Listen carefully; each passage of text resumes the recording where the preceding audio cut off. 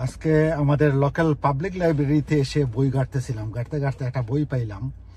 আমার কাছে মনে হইল বেশ উপকারী, এবং ইট ইজ রিগার্ডিং স্লিপ।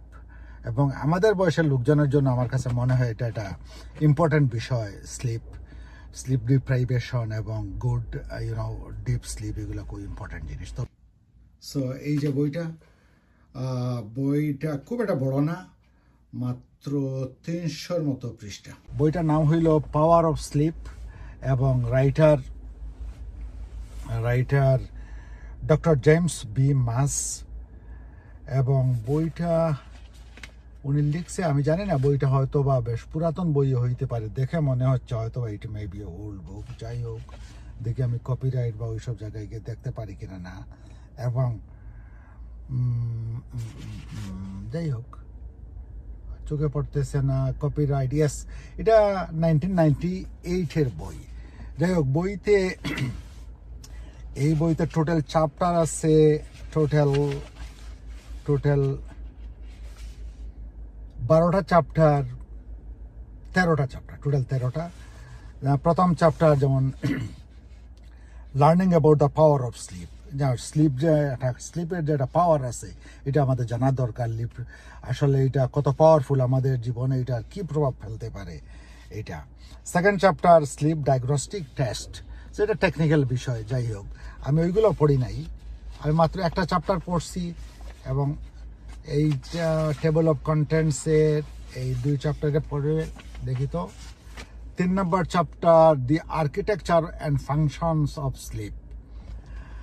তারপর 4 নম্বরে sleep need and peak performance, এই যে ঘুমের প্রয়োজনীয়তাটা এবং আসলে পারফরমেন্সটা, ঘুমটা সবচেয়ে ভালো ঘুম কিভাবে হয়, পিকে যায় কখন ঘুমটা, এইসব নিশ্চয়ই বলা হয়েছে এখানে। তারপর chapter 5 the golden rules of sleep, interesting. And chapter 6 20 great sleep strategies, আমার মনে হয় এটা একটু আমি চুক বলেছি।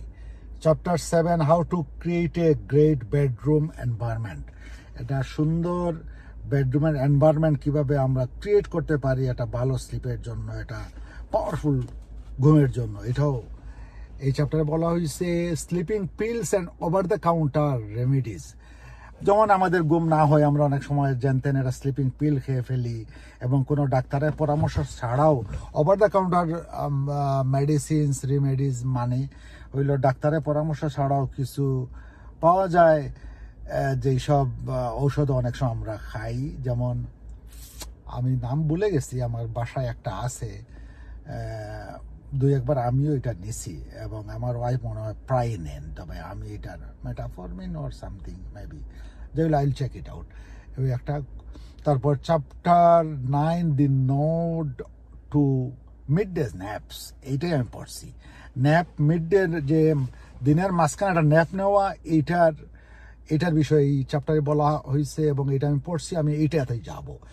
তারপর chapter 10 surviving as a shift worker, যেমন আমরা নাইট শিফটে কাজ করি, হাউ টু সার্ভাইভ, তখন আমাদের স্লিপের সাইকেলটা চেঞ্জ হচ্ছে, যে 24 আওয়ার ন্যাচারাল যে আমাদের লাইফ সাইকেল, 24 আওয়ার সাইকেল যেটা আছে, এটা চেঞ্জ হচ্ছে, ওইটা আমরা কীভাবে নেভিগেট করবো নিশ্চয়ই এখানে বলা হয়েছে। ইন্টারেস্টিং। এবং মাঝে মাঝে কারো নাইট শিফটে করতে হয়, কারো আর্লি মর্নিং শিফট হয়, এগুলো আর কি। তারপর চ্যাপ্টার 11 রিডিউসিং ট্রাভেল ফ্যাটিক, অনেক সময় আমরা প্লেনে যাই, তখন আমাদের ঘুম ডিসরাপ্ট হয়, ঘুমের টাইম টেবিল চেঞ্জ হয়ে যায়, এইটা কিভাবে রিডিউস করা যাবে, স্ট্র্যাটেজি কি, এটা 11 নম্বর চ্যাপ্টার। 12 নম্বর চ্যাপ্টারে আছে avoiding family sleep traps, I don't know, আমার একটু পড়তে হবে এটা। এরপর ইনসমনিয়া অ্যান্ড বিয়ন্ড, এটা। তো আমি যাই, এই যে চ্যাপ্টারটা আমি বললাম, এটা হইল the node to midday naps, midday nap, এটার বিষয়ে এখানে বেশ কিছু ইন্টারেস্টিং কথাবার্তা আমার ভালোই লাগছে। কারণ হইল ন্যাপ নিয়ে আমাদের যারা আমরা কাজ করি, অফিসে থাকি, এবং দিনের মাঝামাঝি সময়ে লাঞ্চের পর আমরা থাকি, তো কেউ জিমাইলে এটা খুব খারাপ, খুব নেগেটিভ ভাবা হয়, যে এটা না ভেরি ব্যাড থিং, জিমাইতেছে রাত্রে, ঘুমায় নাই, এই না সেই না, এগুলো বলা হয়। বাট এখানে এটা সুন্দরভাবে এখানে আর্টিকুলেট করা হয়েছে, এবং এখানে এটার বেশ পজিটিভ দিক আসছে। যেমন আমাদের এখানে বলা হয়েছে যে আমরা যখন ঘুম থেকে ওঠার পরে 8 ঘন্টা পরে আমাদের একটা বডি সাইকেল এটা রেস্ট চায়, এইটাই আসলে ন্যাপ। এবং এটা প্রয়োজনীয়তা এখানে বলা হয়েছে, যেমন আসছে যে human there is an inborn tendency to nap, মানে আমাদের এটা জন্মগতভাবে একটা টেন্ডেন্সি আছে কিন্তু ন্যাপ নেওয়ার, সুতরাং এটা নেচারের এগেনস্টে না ন্যাপ নেওয়াটা। যেমন human body is incline to rest in the middle of the afternoon as well as night. রাত্রে যে মধ্যরাত্রে যেভাবে আমাদের ঘুম পায়, আমরা ঘুমাতে যাই, এরকম দিনের বেলাও একইভাবে আমাদের এক ধরনের রেস্ট চায় আমাদের বডি। সো আমরা জানলাম যে এটা একটা আসলে ইটস এ ন্যাচারাল ফেনোমেনন, এটা কোনো ধরনের দুর্বলতা বা কিছু না যে মিড ডেতে একটা লেজিনেস আসে, আমাদের একটা টেন্ডেন্সি আসে এইটার জন্য। এবং এইটার সাম মোর রিজনস টু ন্যাপ, এবং ন্যাপ এই যে নেওয়াটার বলছে যে এটা প্রয়োজন, এখানে আসছে এই এই প্যারাগ্রাফে, এখানে কয়েকটা প্যারাগ্রাফ আছে এই সেকশনের। তারপর আসছে যে সাম মোর রিজনস টু ন্যাপ, যেমন রিডিউস স্ট্রেস। আমরা অনেকেই স্ট্রেস, এটা স্বাভাবিক, স্ট্রেসলেস লাইফ মিনস ডেথ, সুতরাং মানুষের জীবনে স্ট্রেস থাকবেই, এবং এটা কিভাবে আমরা নেভিগেট করবো, হ্যান্ডেল করবো, এটা important. So nap is one of them. তারপর আছে যেমন the risk of heart disease. So the risk of heart disease is shown to be greatly reduced by the regular 30 minutes nap. 30 minutes এটা নিয়মিত, কিন্তু যে আমি একদিন নিলাম আরেকদিন না, একদিন 12টায় নিলাম একদিন 2:30টায় নিলাম, তা না, ওইটারও প্রবলেম আছে আবার এখানে, আমি পড়ে দেখছি।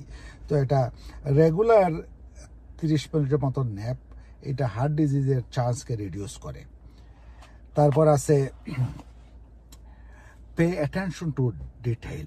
আমরা যখন ন্যাপ নিলে আমাদের অ্যাটেনশন টু ডিটেইল এবং আমাদের ক্রিটিক্যাল থিঙ্কিং, ডিসিশন মেকিংয়ের ক্ষমতাটা একটু এনহ্যান্স হয়, একটু বাড়ে।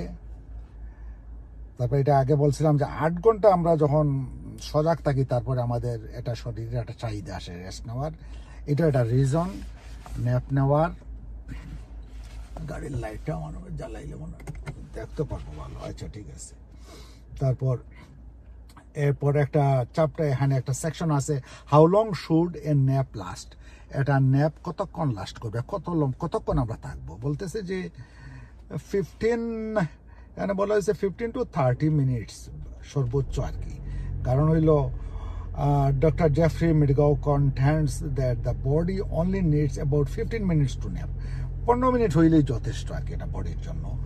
এবং এটা দীর্ঘায়িত না করার জন্য বলা হয়েছে, কারণ এটা যদি ন্যাপকে আমি একদম ঘুমাই যাই, ফুল ঘুম হয়ে যায়, যেটা হইলো যে ঘুমের যে বিভিন্ন স্টেপ আছে, ডিপ স্লিপ, তারপর রিম, ওইসব স্টেজে চলে গেলে এটা আবার রাত্রের ঘুমকে ব্যাহত করবে। সুতরাং 15 মিনিটস ইজ গুড। আদারওয়াইজ আমাদের 24 আওয়ার ন্যাচারাল যে ক্লক সাইকেল আছে বডির, সার্কাডিয়ান রিদম, ওইটা ব্যাহত হবে। তো এই জন্য বেশিক্ষণ আবার না, একদম ঘুম দিলাম লম্বা ঘুম, তা হবে না। ইট ইজ ন্যাপ, মনে রাখতে হবে, it is 15 minutes is sufficient. তো বলা হয়েছে আমরা কি কাজে কি আমরা ইয়ে করতে পারি, এটা আমি আগে যেটা বললাম, কাজে এটা নেগেটিভভাবে দেখা হয়, বাট এখানে লিখা আছে 100 ইয়ার্স এগো ল্যাটিন আমেরিকা এবং ইউরোপের বিভিন্ন দেশের কাজকর্মে মানুষ ন্যাপ নিত। মানুষ ঘন্টাখানেকের জন্য বাড়ি চলে যেত, গিয়ে ন্যাপ নিয়ে তারপরে আসতো, যাওয়া আসা সব কিছু মিলেই হয়তো 15 মিনিট ন্যাপ নিত। বাট এখনকার দিনে কনজেশন, যানজট, এই জন্য এইসব চিন্তাও করা হয় না। বাট আমরা এখানে যেটা বলা হয়েছে, অফিসে আমরা যদি এটা ব্যবস্থা করতে পারি খারাপ না। এবং এই ধরনের একটা মুভমেন্টের কোথাও এখানে চলে আসছে, যে আমরা যেন আসলে অফিস এবং আমাদের কর্মস্থলে এই জিনিসগুলা আলাপ করি, একটু আওয়াজ দেই আমরা ন্যাপের যে প্রয়োজনীয়তা এবং প্রোডাক্টিভিটির জন্য যে আমাদের ন্যাপ প্রয়োজন। তারপর আসছে some helpful hints for napping at the office, যেমন get rid of the distractions. অফিসে অনেক ডিস্ট্রাকশনস আছে, কোয়াইট স্পেস, কোয়াইট রুম টুম না পাইলে আবার ন্যাপ হবে না, এটাও ঠিক।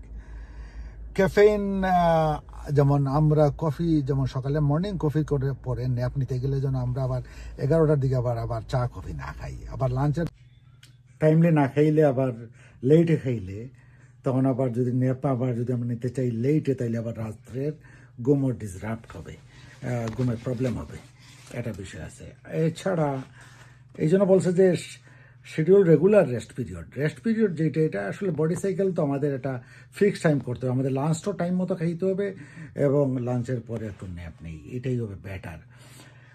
ইভেন বলতেছে যে যদি আমরা খুব টায়ার্ড ফিল নাও করি কোনো দিন, তারপরেও বা আমরা যদি ন্যাপ নেওয়ার প্রয়োজন না ফিল করি, তারপরেও আমরা কিছুক্ষণ ট্রাই করি ন্যাপ নেওয়ার। তো আমার কাছে মনে হয় যে দিস ইজ ভেরি গুড।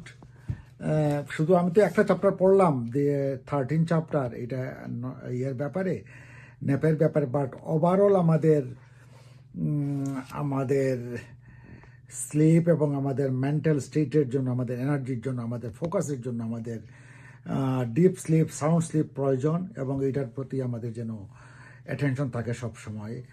এবং আমি মনে করি এই বইটা যদি অ্যাভেলেবল থাকে তাহলে আপনারা এটা পড়তে পারেন। বই power sleep by doctor James B Maas. Thank you.